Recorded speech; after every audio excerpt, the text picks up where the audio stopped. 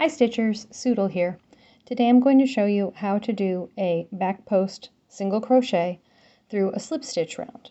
This is a great way to get a nice crisp edge when you want to turn a corner and have a really clean color transition between two colors. If you do a regular single crochet, or if you work in the outside loop of the slip stitch only, you do get the previous row color showing through. This is going to give you the best transition, in my opinion, especially for amigurumi projects. So you start out here, coming through a slip stitch from the back, and then you'll insert your hook through the next slip stitch from front to back. So you end up with a little V of 2 stitches on your hook. Yarn over, pull through both of those stitches, then yarn over and pull through stitches to complete that single crochet.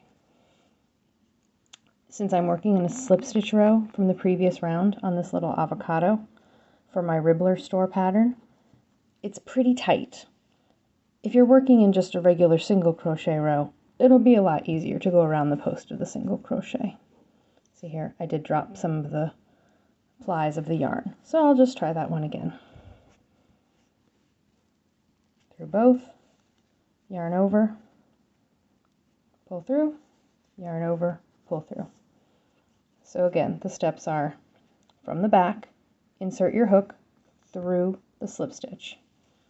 Front to back, insert your hook under the next slip stitch. So this is the post that you're actually working around. Yarn over, pull through,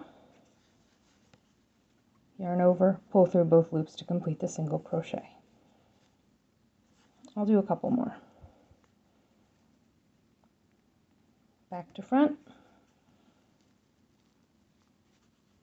front to back to get that post. Yarn over, pull through both slip stitches, yarn over, pull through both loops. Back to front under a slip stitch, front to back under a slip stitch, yarn over, you got that post, pull through both, yarn over, pull through both. So again, you can see I'm getting a really nice crisp color change compared to if I just worked a regular single crochet. The edge would be a lot more rounded and the previous color yarn would show through a lot more.